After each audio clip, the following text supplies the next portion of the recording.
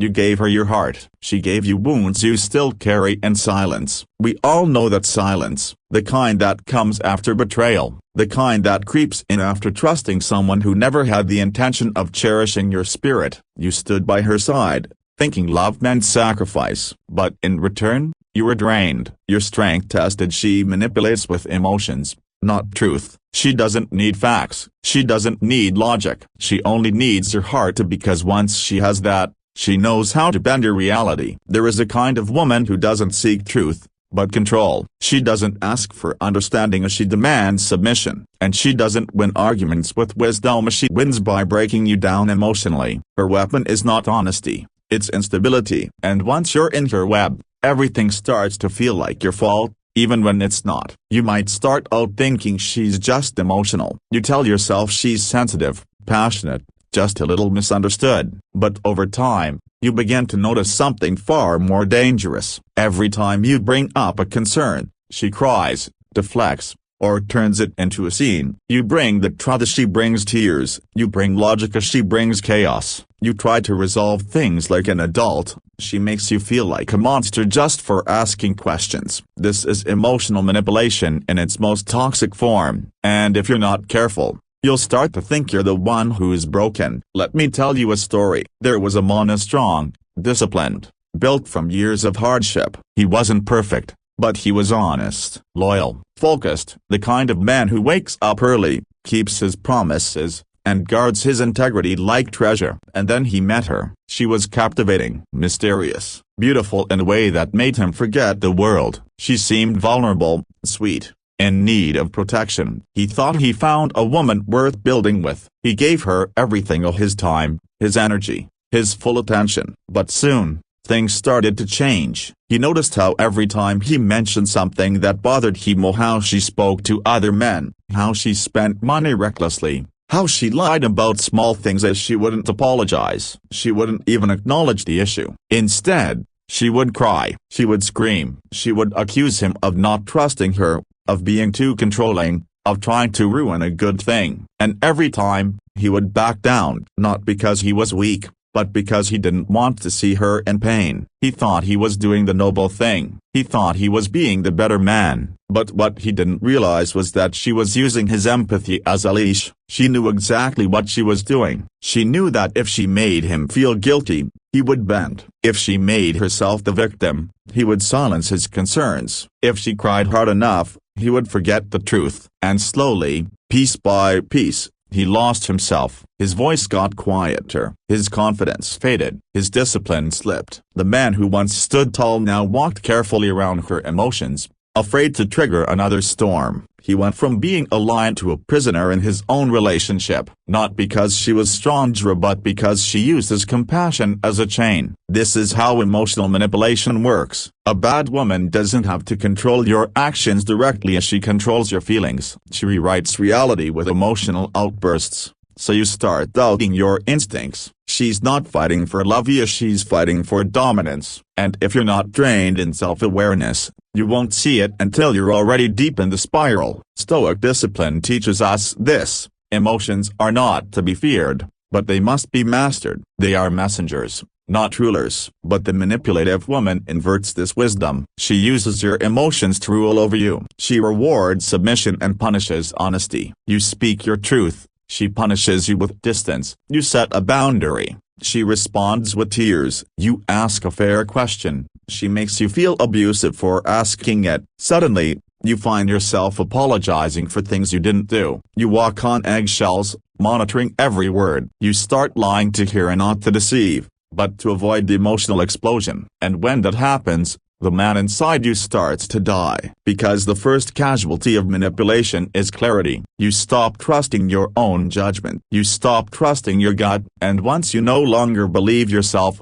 she doesn't have to control you, you'll do it for her. She will train you with inconsistency. Some days, she's soft, sweet, loving. She touches your face and tells you how lucky she is to have you. And in those moments, you forget the chaos. You cling to that sweetness, hoping it'll stay, but it never does, because that softness is a reward, a calculated one. It comes after your obedience. It comes after you give in, and the moment you stand up again, she punishes you with distance, silence, or explosive anger. This reward and punishment cycle is the cornerstone of emotional manipulation. It's not love via its programming, and unless you step back and look at it with cold clarity, you will mistake this dysfunction for passion. So, how do you protect yourself? You master your emotions. You observe, instead of reacting. You stay rooted in your values. Even when someone tries to pull you into emotional quicksand, you ask, is this love helping me grow, or is it making me small? Because love should never make you feel like you're losing your soul. The truth is,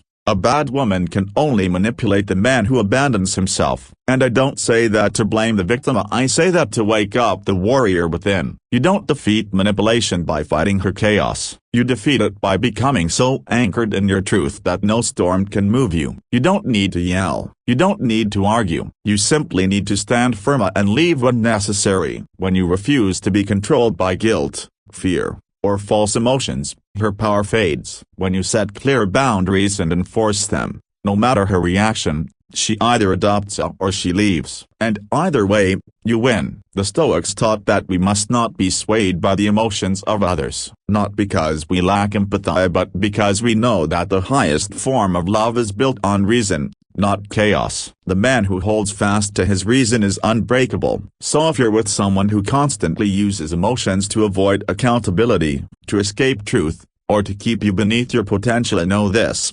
That is not love. That is a test of your discipline, a test of your clarity, a test of how much of yourself you're willing to lose to keep someone who doesn't even see your worth. Let her cry, let her scream, let her manipulate, but never let her pull you away from who you are. Because once you lose your sense of self, she wins. And once she wins, you become a shadow of the man you were meant to be. And trust me, no amount of love is worth that price. Stay rooted, stay alert, protect your peace like it's sacred, or because it is. And if you feel like you've already fallen into that trap, don't be ashamed. Rise, reclaim yourself, rebuild your mind, and walk away, and not in anger, but in truth. Because the man who walks away from manipulation isn't heartless, he's wise, and wisdom always wins. She disrespects your values. A man's values are his compass. They are not decorations from polite conversation, they are the rules by which he lives, the fire that forges his discipline,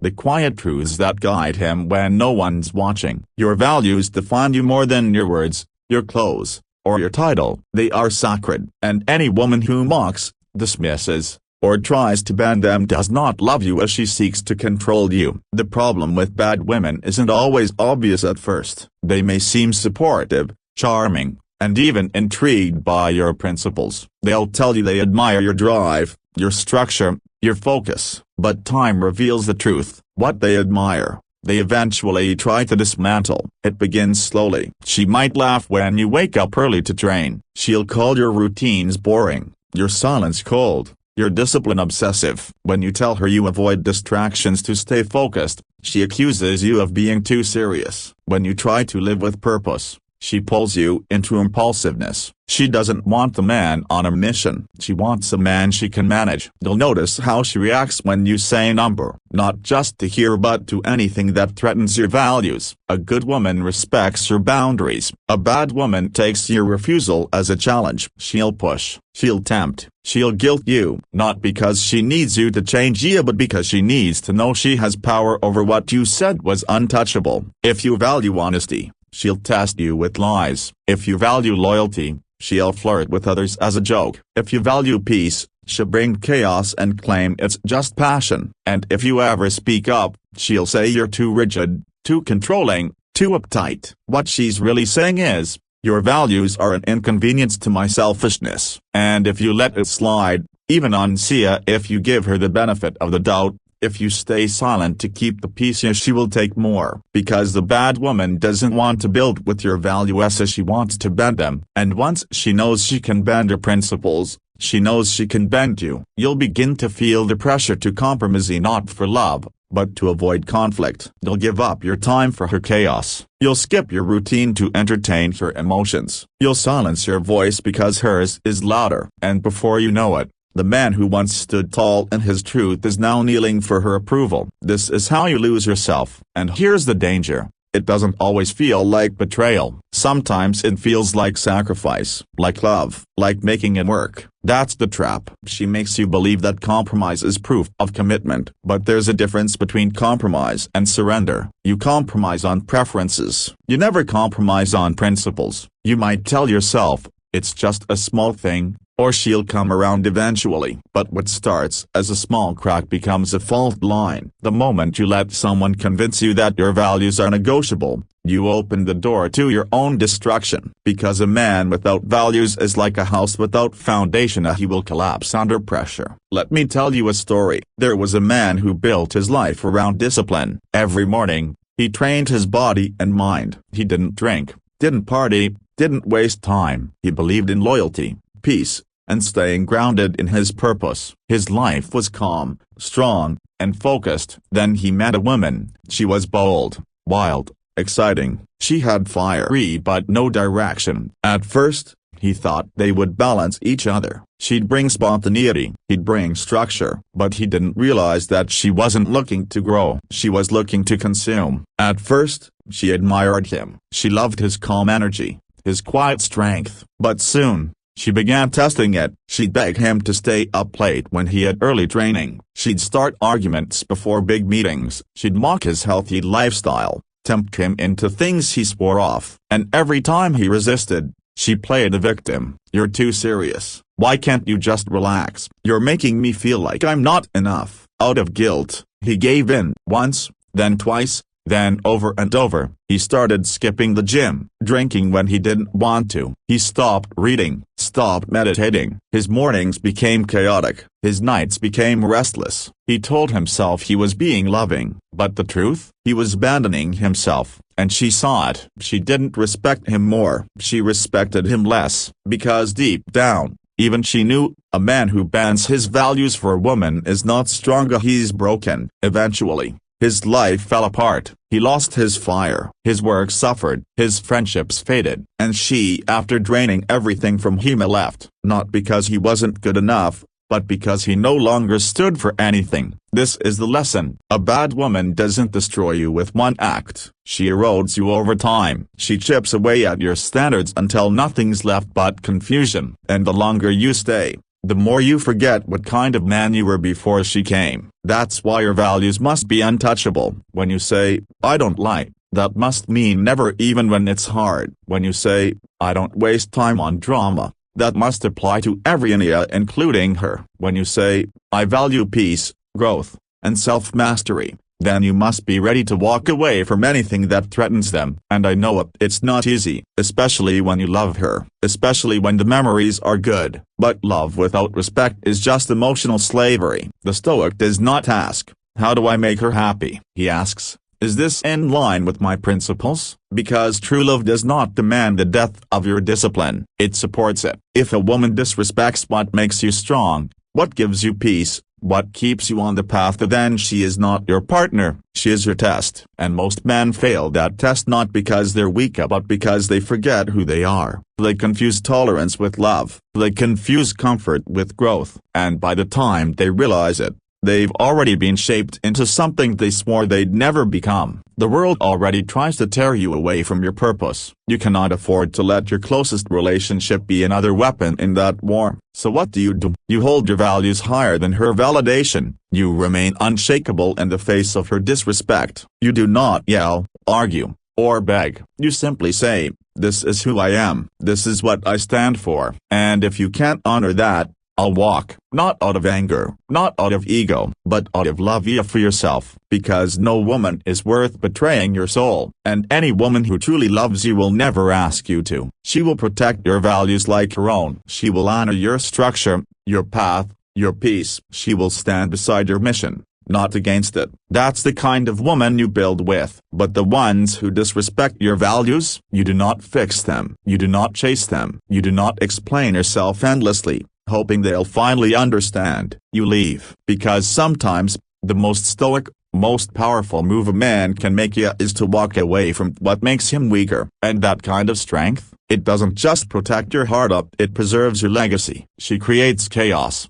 then blames you for the fire. There is a type of woman who thrives on destruction, and not the kind you can see at first glance, but the kind that burns slowly, silently, until everything around you crumbles and you wonder how it all went wrong. She doesn't walk into your life with warning signs or red flags waving. No, she enters with charm, beauty, maybe even softness. But underneath that surface lies a storm she will create with her own hands and then point the finger at you when the winds start to blow.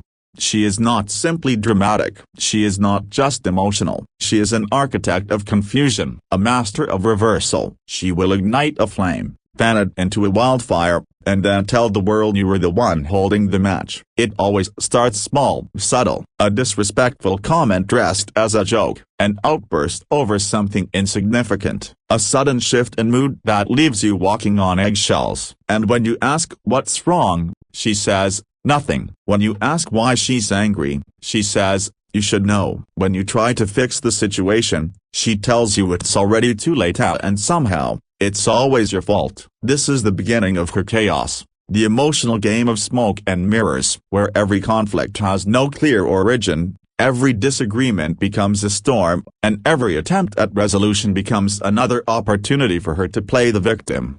She does not seek clarity, she avoids resolution, because peace is not her goal, control is. And nothing gives her more control than keeping you confused, anxious, and constantly trying to win back her affection. You'll find yourself in arguments where you don't even know what you're defending. You'll apologize for things you didn't do, just to keep her calm. You'll rewrite your own memories because she's so good at twisting the truth. And over time, the chaos becomes your normal. You stop questioning it. You start blaming yourself. That's how she wins. She gaslights you. She'll start a fight, scream, cry, break things, and then, when you finally lose your composure, when you raise your voice, when you respond like a human being under siege, she freezes, stares at you with tears in her eyes, and says, see, this is what I mean, you're the problem. And just like that, she's the victim, you're the villain. And the real damage she caused is erased by the emotional performance she delivers after the fact. Let me tell you a story. There was a man,